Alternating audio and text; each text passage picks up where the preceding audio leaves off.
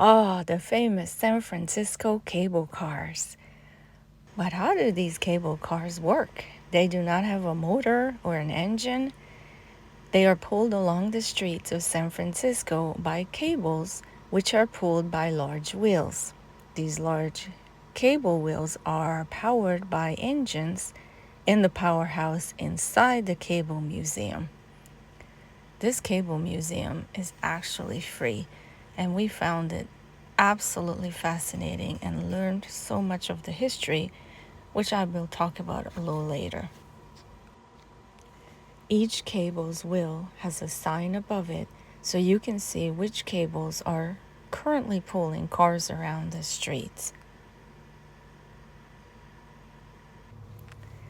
The cable cars are pulled by a cable running below the streets, held by a grip that extends from the car through a slit in the street surface between the rails. Each cable is 1.25 inches in diameter, running at a constant speed of 9.5 miles per hour, and it's driven by a 510 horsepower electric motor.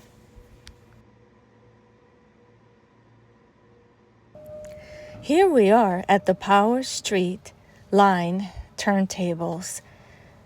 Turntables are used because the cars can only be operated from one end.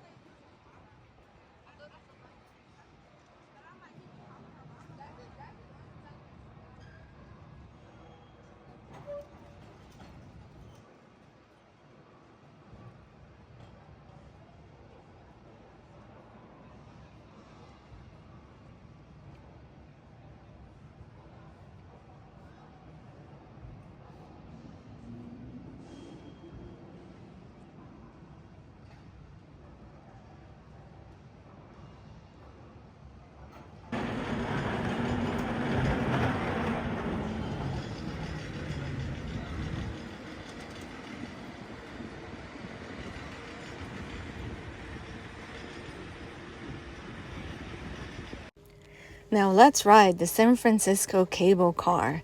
Best $13 we have spent for a 24-hour ticket. There are three routes: Powell Hyde, Powell Mason, and the California Van Ness. The Powell Hyde being the longest route, it's 2.1 miles, takes about 20 minutes. But not for us, because we just kept riding up and down the San Francisco streets. Hopped on and off, enjoying the scenery on the world's last manually operated cable car system.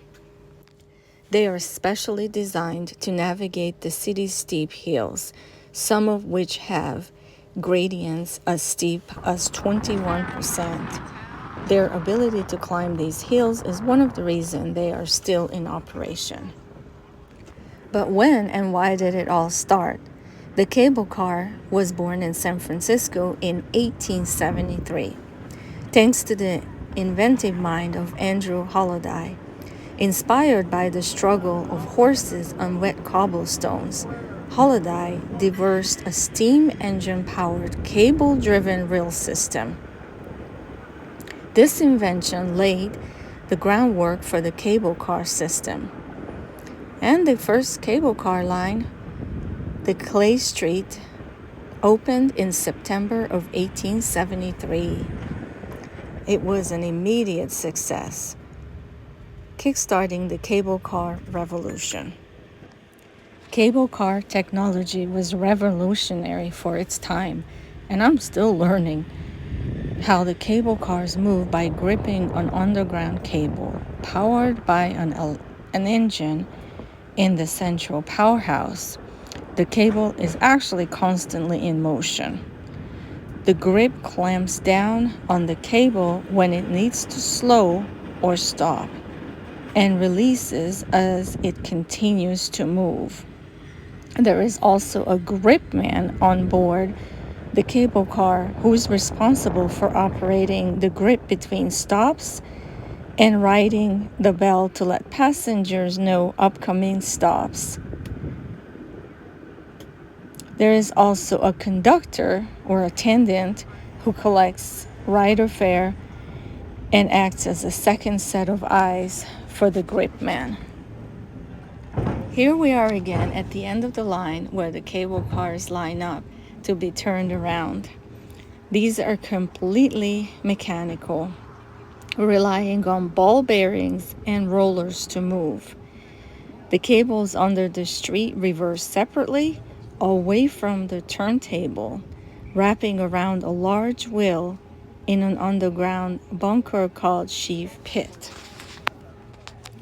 Once on the turntable, they set the brakes on the car and reverse the car by leaning against the pipework which is mounted on the turntable without touching the cable car itself.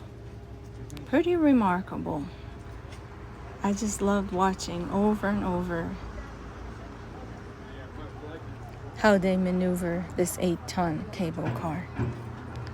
San Francisco's cable cars are more than just a mode of transportation.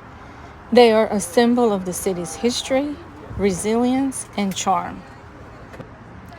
Hope you learned something and enjoyed watching as much as we did riding the iconic San Francisco cable car. Thank you.